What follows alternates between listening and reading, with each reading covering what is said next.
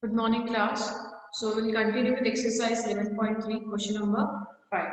So your question number 5 is just read from the book. Find the vector and Cartesian equation of the plane that passes to the point 1, 0, minus 2, and the normal to the plane is I cap plus j cap minus k cap. So you know that equation of plane passing to the point and having the normal vector is given by r minus a dot n is equal to, where a is a point on the plane and n is the normal vector. Where a is what? A is the vector. A is the point on the plane and n is the normal vector. Yeah. So this is the equation of plane passing through it. Then next is what? Just see your next point is what? Dion, are you from this class? Okay, so equation of plane passing through a point and having a normal vector is this. So we are having a point A, J is given as, you can see that I cap minus 2k. Let's see, 1 0 minus 2 to 0 j cap is only minus 2 j cap. And your n vector is what? Normal vector is I cap plus j cap minus. Okay, so equation of plane vector and Cartesian equation to that vector equation that is r minus I cap minus k cap dot n vector क्या है dot है I cap plus j cap minus k cap is equal to, this is your what vector equation. ये आपका vector form Cartesian form क्या होगा plus r की value x y z होगा और डॉट प्रोडक्ट का r की वैल्यू क्या होगी x आएगा plus y j cap plus z k cap minus I cap minus k cap dot I cap plus j cap minus k cap. तो अब हमारा क्या हो जाएगा इसको सॉल्व करो x minus 1 I cap y minus 0 j cap plus z minus of minus 2 plus z plus 2 k cap dot product I cap plus j cap minus k cap equal to. Now just see dot product means what? Again and again I get I dot I minus cancel out so x minus 1 times 1 plus y minus 0 times 1 plus z plus 2 times minus 1. ठीक है is equal to 0. बस इसको open up करो. Open up the bracket and we have x minus 1 plus y plus minus 2 plus हम minus z आ जाएगी z minus z minus 2 so x y not x plus y minus z minus 3. This will be your required definition of. Yeah, this is your fifth question, A part, and B part you can do it by yourself. The same thing is given. Vector equation, Cartesian equation you have to find, and the normal vector as well as the point is given. Point on the plane and normal to the plane. So come to question number 6.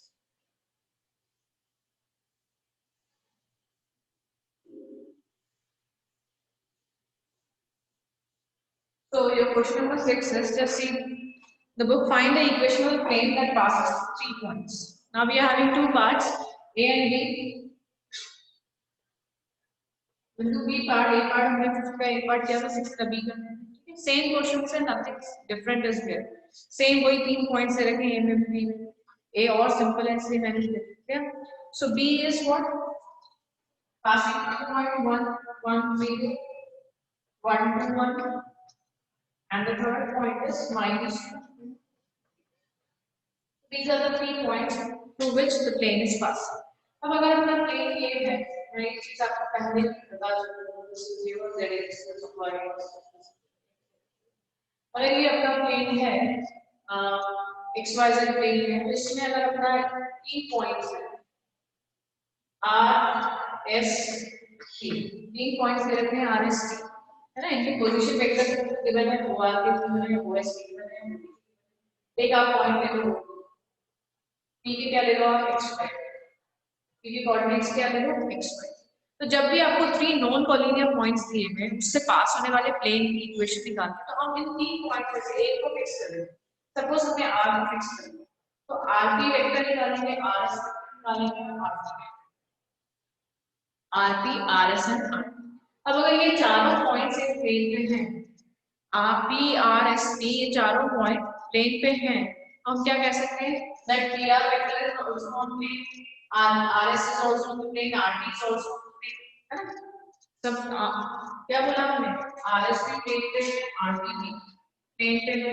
अगर rs और rp दोनों plane पे हैं तो इनका cross product क्या होगा, perpendicular to the plane. हमें पता है ना क्रॉस प्रोडक्ट क्या देता है, rs cross rt will give you a plane perpendicular to it, means a vector perpendicular to it। जैसे rs cross rt हमने किया था, हम rs से चालू किया rt पे गए, हमें क्या मिलेगा, क्या मिलेगा हमें, perpendicular rs cross rt will give you normal to the plane। Perpendicular means what, normal to the plane. अगर कोई वेक्टर प्लेन पे नॉर्मल है और ये rp वेक्टर क्या है, नॉर्मल प्लेन, rp वेक्टर कहां है, प्लेन के ऊपर। कोई वेक्टर प्लेन के ऊपर है और कोई उसके परपेंडिकुलर है, उसका डॉट प्रोडक्ट क्या हो जाएगा, जीरो। ये प्लेन है और इसके परपेंडिकुलर ये चौक है, ये एक प्लेन है ना, ये तो ये परपेंडिकुलर वेक्टर और इस प्लेन पे कोई वेक्टर है तो उनका डॉट प्रोडक्ट जीरो। तो हमने ले लिया rp dot rs plus rt vectors is equal to what, ये मैंने पहले बताया था, जब भी 3 नॉन कोलिनियर पॉइंट है, main thing is what, fix a point. If 3 points are given, अपन ने जैसे ये पॉइंट ले लिया r, ये s, तो मैंने r को फिक्स कर दिया। आप किसी को भी कर सकते हैं, ऐसा जरूरी नहीं कि आप r को इसको कर लो तो sr, st और sp निकालना है ना। तो ये अपना आंसर है, ये अपन को निकालना है इज इक्वल टू 0। अगर ये 0 के बराबर ना हो तो ठीक है, इक्वेशन ऑफ प्लेन निकालिए, तो इक्वेशन ऑफ प्लेन ऐसे ही मिलेगी अपना rp dot rs plus rt। अब rs वेक्टर rp वेक्टर क्या होगा, तो p माइनस होगा, है ना, position vector of p minus position vector of dot rs क्या होगा, position vector of s minus position vector of r cross position vector of p minus position vector of r equal to 0। बस ये values put करते जानी है। तो OP minus हुआ क्या, तो P क्या है, x y z कोऑर्डिनेट्स, तो x माइनस r के है 1, x minus 1 i cap plus y minus 1 j cap plus z minus 0 k cap, ये होगा ना। देखो इधर ये OB वेक्टर क्या है, OB है आपका x y z का x minus 1 y minus 1 z minus 0, याद क्या है, यहाँ 0 इसलिए देता है डॉट प्रोडक्ट। अब ये OS minus 1, OS minus 1 1 minus 1 0 आएगा, 2 minus 1 plus j cap 1 minus 2 plus k cap cross product. अब OT माइनस 1 तो माइनस 2 माइनस 3 आएगा, 2 minus 1 plus j cap minus 1 minus 0 minus k cap equal to 0 है clear. ये 0 के बराबर है। अब हमें पता है कि हम कैसे निकालते हैं डॉट और क्रॉस प्रोडक्ट। पहले तो क्रॉस प्रोडक्ट निकालो, ये इसके कोऑर्डिनेट्स क्या होगा, 0 1 0 1 1, इसके क्या होगा -3 और -3 1 माइनस। अब ये इसके साथ डॉट प्रोडक्ट होगा, डॉट प्रोडक्ट हो रहा है, हम जनरली यहाँ ij की बीच में क्या करेंगे, ये ले लेंगे क्योंकि डॉट प्रोडक्ट i का i से होगा, i j ये लेते हैं, i का i के साथ होगा तो क्या बचेगा, यहाँ पे x माइनस 1, यहाँ पे बचेगा y माइनस 1, यहाँ पे बचेगा z इक्वल टू 0। ठीक, अब इसको आप ओपन अप करोगे, इस वाली इक्वेशन को ओपन अप करोगे तो आपका क्या आ जाएगा, ये आपका आ जाएगा 2x plus 3y minus 3z, 2x plus 3y minus 3z is equal to 5। क्या ओपन अप कर लेंगे पूरी, x minus 1 multiplied by minus 1 minus 2, इस तरह से आप ओपन अप कर देंगे ब्रैकेट में, we'll get the answer as 2x plus 3y minus 3z is equal to 5। This will be your required equation of plane। Yeah, then question number 7, find the intercept cut off of the plane। Very simple.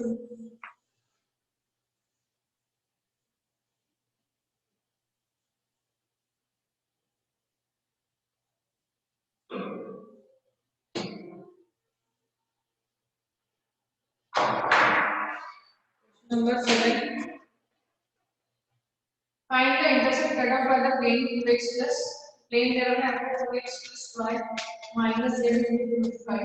So intercept cut off by the plane, so you know that equation of plane in intercept form क्या होती है? x upon a plus y upon b plus z upon c is equal to 1. ये होती है equation of plane in intercept form. क्या? तो अब अपन इस equation से compare करें पूरी equation को इस equation में अगर pi से divide equation 1 by 5 है ना। अगर मैं ये कर दूं तो क्या हो जाएगा 2x upon 5 plus y upon 5 minus z upon 5 equal to 1 5 upon 1। अब आप देखो 5 और z इंटरसेप्ट को डायरेक्टली x इंटरसेप्ट में 2x upon 5 x upon 5 plus y upon 5 plus z upon minus 5। अभी आ रहा है ना x upon a plus y upon b plus z upon c का फॉर्म आ गया ना इक्वल टू 1। ठीक है, तो आपके x इंटरसेप्ट क्या हो गया x इंटरसेप्ट हो गया आपका 5/2 y इंटरसेप्ट हो गया आपका 5 z इंटरसेप्ट हो गया आपका यही निकालना था x y z intercept this is 5 का। Then come to question number 8। Find the equation of plane with intercept 3 on the y-axis and parallel to ZOX plane. So question number 8 is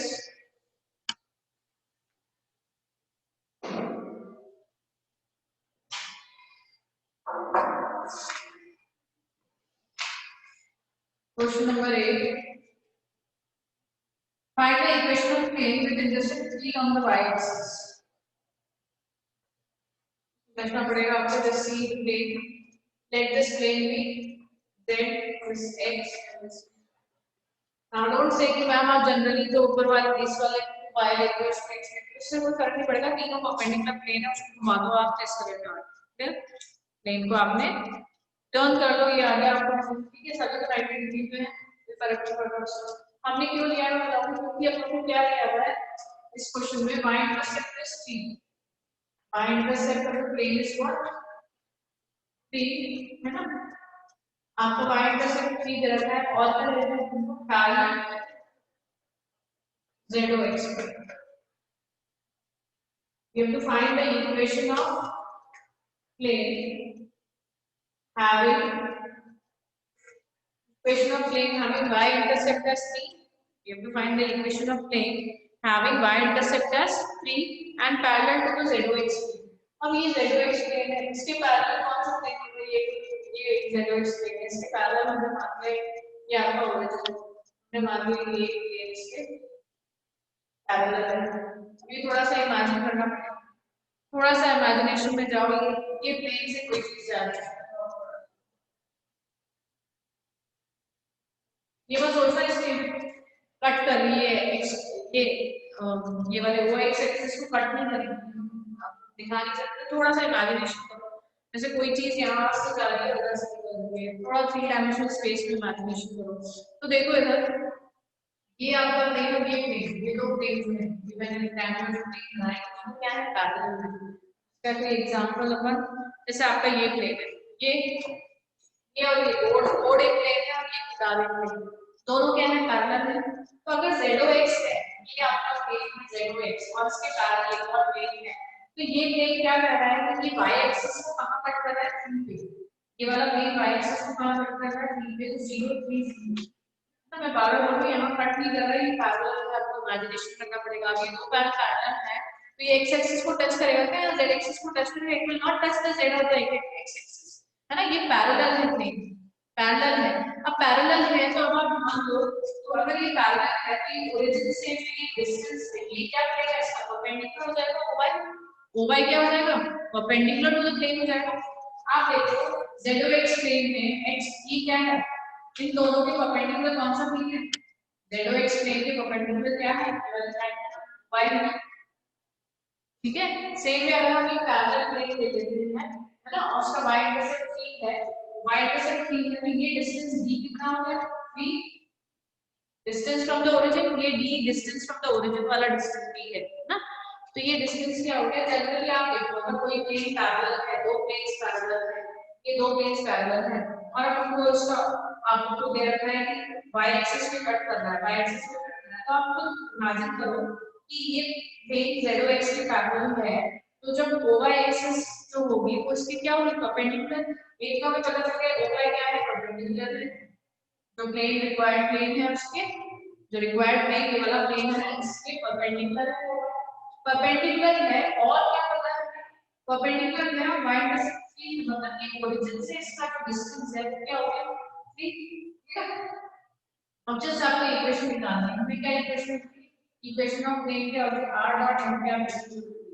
अब इस plane के लिए, इस plane के लिए n cap क्या है, n कैप क्या है, ये है ना n कैप y एक्सिस पे जो नॉर्मल वेक्टर है उसका यूनिट वेक्टर, d क्या है, d दे रखा है, r क्या है, x I है प्लस y j क्या प्लस z k क्या डॉट। अब n के पोजीशन वेक्टर से क्या लेते हैं, हम लेते हैं डायरेक्शन कोसाइन से लेते हैं, n I क्या प्लस n k क्या प्लस n p क्या is equal to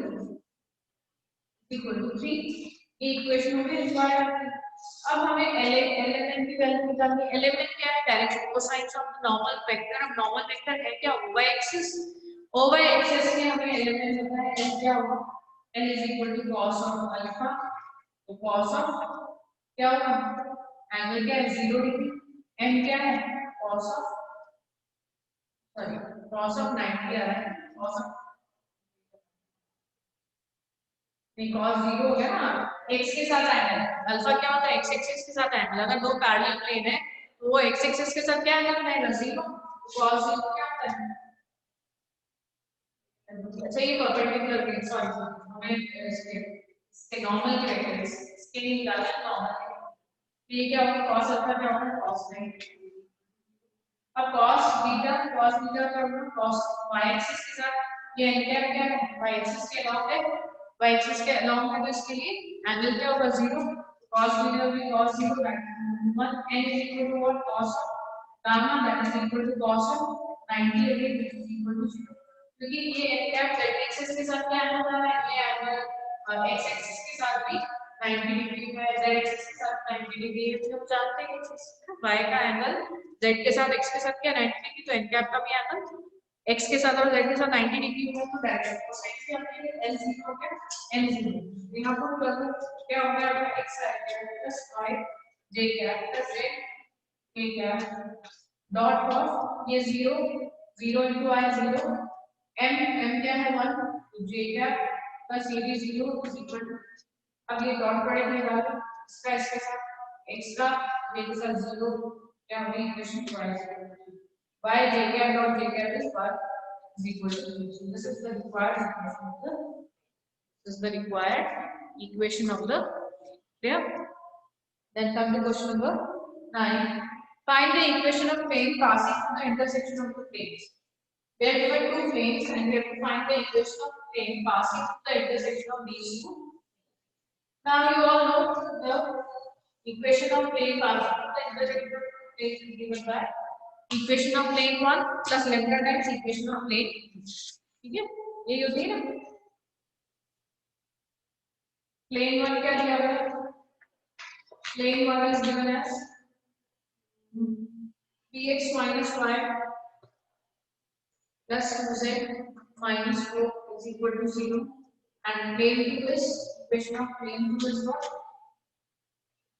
x plus y plus z, x plus y plus z minus 2. ठीक है ना equation, px minus y plus 2z minus 4 is equal to 0, x plus y plus z minus 2 is equal to 0. So equation of plane passing through these two planes is what I told you. This plane plus lambda times this plane to be of the px minus y plus z minus 4 plus lambda times x plus y plus z minus 2. This is the equation of the required plane. Equation of required plane which passes through the intersection of these two planes, है ना? इन दो plane के intersection से जो plane निकलता है उसकी equation. अब आप क्या करेंगे, x x के साथ p plus lambda times x plus यहाँ पे क्या है lambda minus 1 times y। ये मैंने पहले lambda y पॉजिटिव है ना, यहाँ माइनस है lambda minus plus 2 plus lambda times y is equal to minus 4 में उधर लिखे 4 प्लस 4 उधर चला गया lambda into lambda that's it। Yeah, this is the required equation of plane। अब वो बोल रहा है plane passes through the point, plane passes through the point,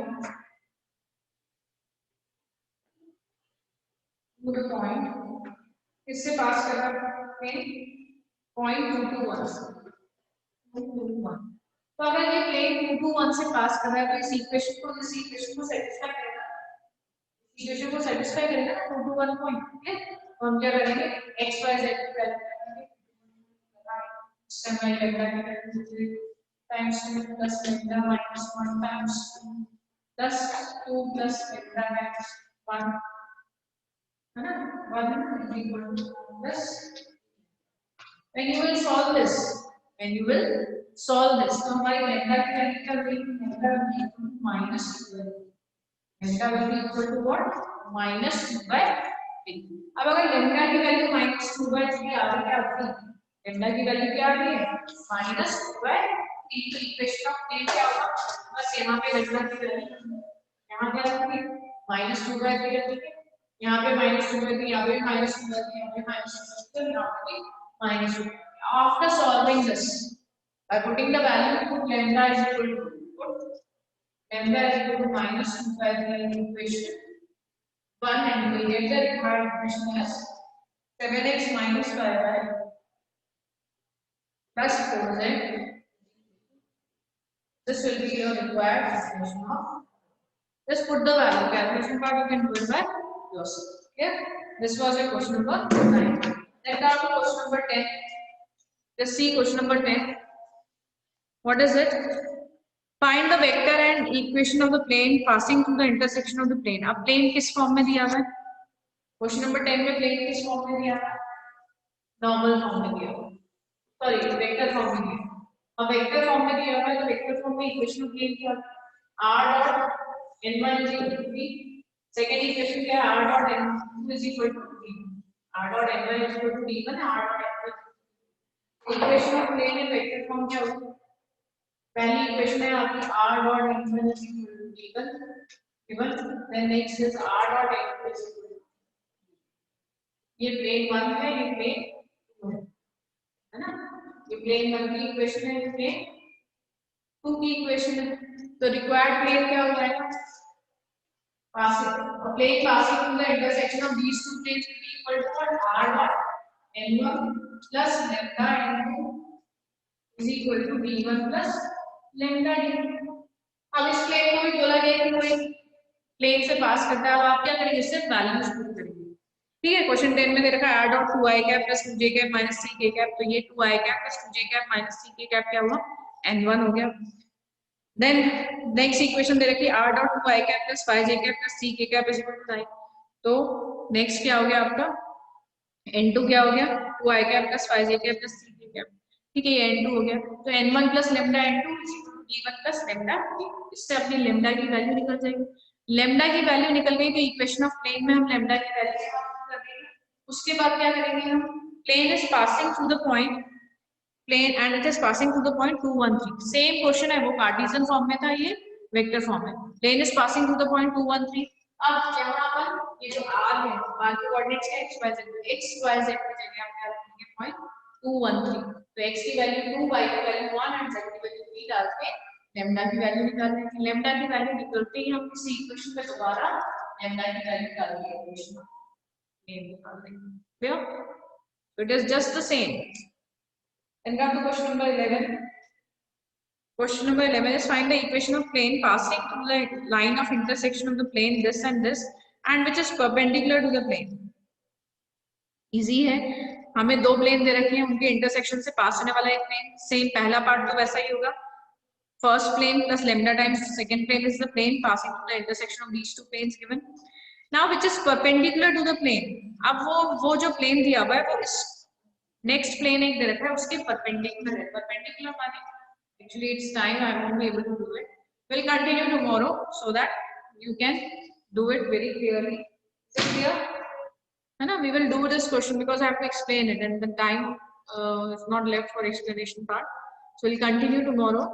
Is there any problem to anyone? Okay then. Thank you class.